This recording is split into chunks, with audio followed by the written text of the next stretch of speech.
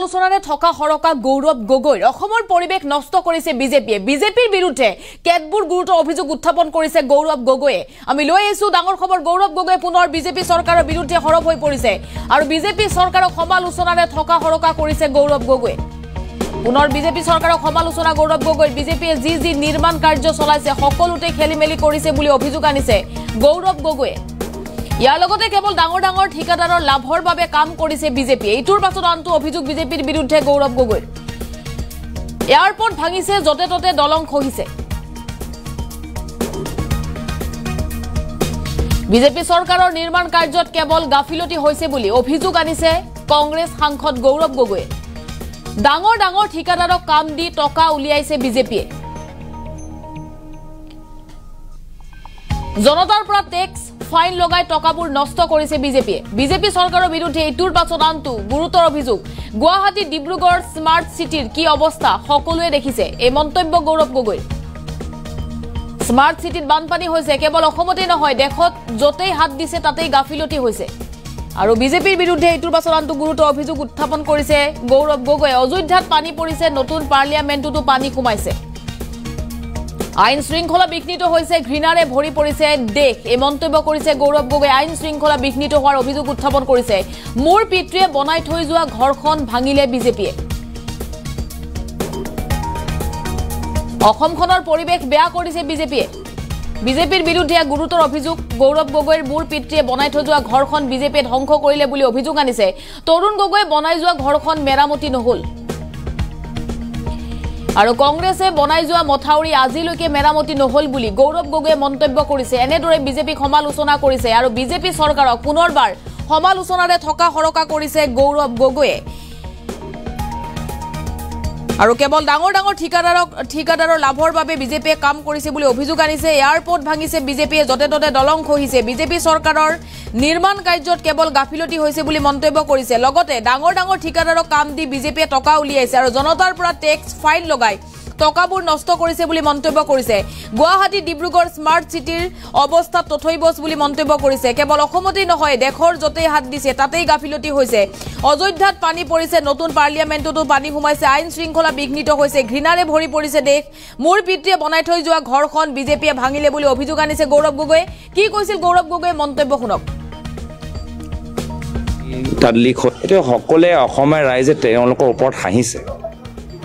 অসমৰ ৰাইজে তেওঁলোকৰ ওপৰত হাঁহিছে আৰু এই ধৰণৰ কথা শুনিলে কেতিয়াবা মোৰো হাঁহি ওলায় যে পূৰ্বৰ চৰকাৰৰ নিৰ্মাণৰ কামৰ কি মেৰামতি কি বৰ্তমান চৰকাৰৰ নহয় নেকি বৰ্তমান চৰকাৰৰ মেৰামতি নহয় নেকি আমি ঘৰখন বনালোঁ উত্তৰাধিকাৰ হিচাপে তেওঁলোকৰ এতিয়া কাম হৈছে মেৰামতি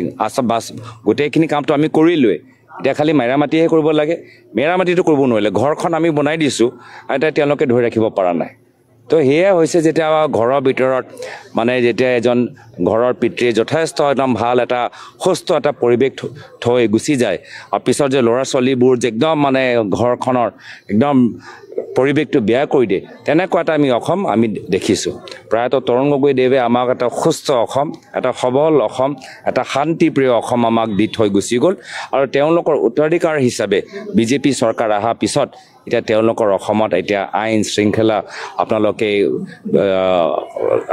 যিমান আমাৰ কেলেংকাৰী হৈছে চিণ্ডিকেট যি ধৰণৰ ঘৃণা যি ধৰণৰ ডাঙৰ ঠিকাদাৰৰ তেওঁলোকৰ লাভ হৈছে তেনেকুৱা এটা অসম আমি দেখা পাইছোঁ যাৰ ফলত যোৱা লোকসভা নিৰ্বাচনত যোৰহাট ধুবুৰী নগাঁৱত আমি দেখা পাইছোঁ ৰাইজে ইয়াৰ প্ৰতিক্ৰিয়া দিছে আৰু ভৱিষ্যতো বিধানসভাত দিবগৈ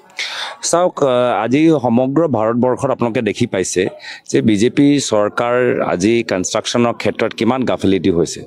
ক'ৰবাত এয়াৰপৰ্টত পানী পৰিছে বিহাৰৰ তেওঁলোকৰ পুল ভাঙিছে ইয়াত আমি অসমত দেখিছোঁ গুৱাহাটী আৰু ডিব্ৰুগড়ৰ কি অৱস্থা তো তেওঁলোকৰ যে নিজৰ যে ইমান গাফিলতি এইটো সমগ্ৰ ভাৰতবৰ্ষত আমি দেখা পাইছোঁ যে বিজেপিয়ে মাত্ৰ ডাঙৰ ঠিকাদাৰৰ কাৰণে তেওঁলোকে কাম কৰে আৰু এই ঠিকাদাৰবোৰ ভালদৰে কাম নকৰে তেওঁলোকক কমিশ্যন দিবলৈ হয় তো সেইকাৰণে কামখিনি তেওঁলোকে শুদ্ধ নকৰে আৰু য'ত আজি আমি বিজেপিয়ে ডাঙৰ নিৰ্মাণৰ কাম লৈছে হাতত তাত প্ৰত্যেক ঠাইত কিবা সমস্যা আজি অযোধ্যা মন্দিৰত আজি পানী তাত লিক হৈ আছে আজি পাৰ্লামেণ্টৰ তলত আজি তাতো পানী জমা হৈছে ইয়াতো আমি দেখিছোঁ স্মাৰ্ট চিটি আজি গুৱাহাটী স্মাৰ্ট চিটি আমি দেখা পাইছোঁ নেকি স্মাৰ্ট চিটি প্ৰমাণ আমি ডিব্ৰুগড়ত দেখা পাইছোঁ নেকি তো এইটোৱে হ'ল বিজেপিৰ আজি তেওঁলোকে আমাৰ ওপৰত টেক্স লগায় আমাৰ ওপৰত ফাইন লগায় আমাৰ ওপৰত GST লগায় গোটেই পইচাটো কেনেদৰে তেওঁলোকে নষ্ট কৰিছে কিছু ব্যৱসায়ীসকলক কিছু ডাঙৰ ঠিকাদাৰক তেওঁলোকে সহায় কৰি নিজৰ তেওঁলোকৰ দলৰ তেওঁলোকৰ যে নিৰ্বাচনৰ সময় যে পইচা লাগে সেই পইচা যোগান এটা আঁচনি হৈ গৈছে তো প্ৰথমতে এইটো কথা আমি বুজিব লাগিব আৰু বুজাবও লাগিব ৰাইজক যে আমি যে টেক্স দি আছোঁ আমি GST দি আছোঁ আমি যে ফাইন দি আছোঁ এই ফাইনৰ টেক্স দিয়াৰ পিছত না আমি ভাল ৰাস্তা দেখা পাইছোঁ ন ক'ৰবাত আমি স্মাৰ্ট চিটি দেখা পাইছোঁ নত ক'ৰবাত আমাৰ মাথাউৰিবোৰ আমাৰ মেৰামতি হোৱা দেখা পাইছোঁ না ক'ৰবাত আমি এয়াৰপৰ্ট দেখা পাইছোঁ প্ৰত্যেক ঠাইতে আজি আমাৰ পইচা ব্যৰ্থ হৈ থকাহে দেখা পাইছোঁ আৰু মুখ্যমন্ত্ৰী আৰামত তেওঁলোকে আছে